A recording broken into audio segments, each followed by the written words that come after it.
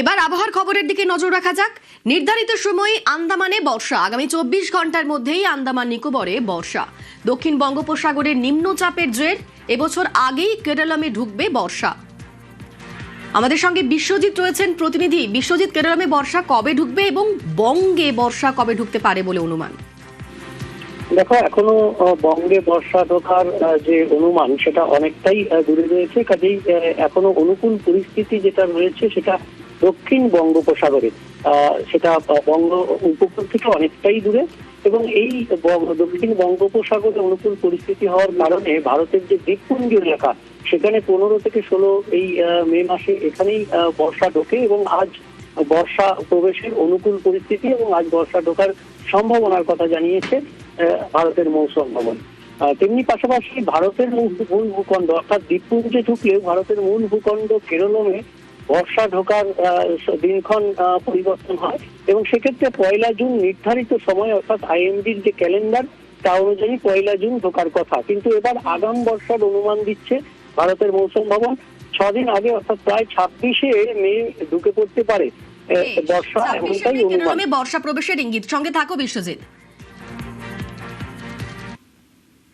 বঙ্গের দিকে নজর রাখা যাক। প্রথমে উত্তরবঙ্গের আপডেট দিই। সোমবার পর্যন্ত উত্তরবঙ্গে ভারী বৃষ্টি, বিক্ষিপ্তভাবে ভারী বৃষ্টি 5 জেলায়। কোথায় কোথায় বৃষ্টি হতে পারে আমাদের সঙ্গে বিশ্বজিৎ রয়েছেন প্রতিনিধি। বিশ্বজিৎ, উত্তরবঙ্গের জন্য কি বলছে হাওয়া অফিস?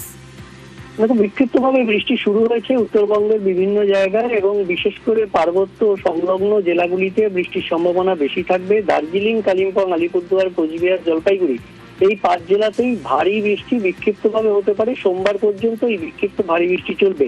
তবে আগামীকাল অতি ভারী বৃষ্টির সতর্কতা রয়েছে আলিপুরদুয়ার জেলার কিছু অংশে।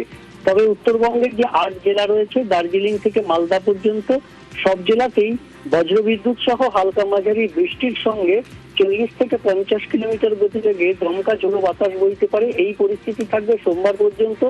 মঙ্গলবারেও ঝড় বৃষ্টির সম্ভাবনা কিছুটা থাকবে উপরের 5 জেলায়।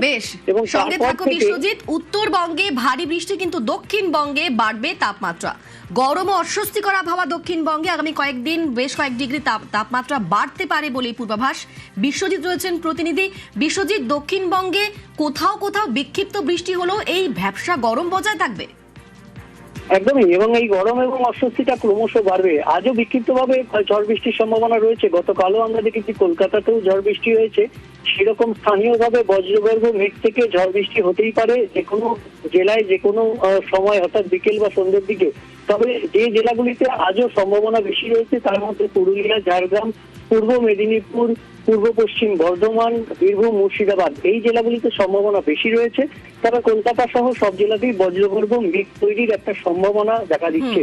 আগামী কয়েকদিন ঝড় বৃষ্টির সম্ভাবনা ক্রমশ কমবে এবং যেটা বাড়বে তাপমাত্রা এবং তার সঙ্গে জলীয় বাষ্প থাকায় গরম এবং অস্বস্তিকর আবহাওয়া থাকবে। ধন্যবাদ বিশ্বজিৎ।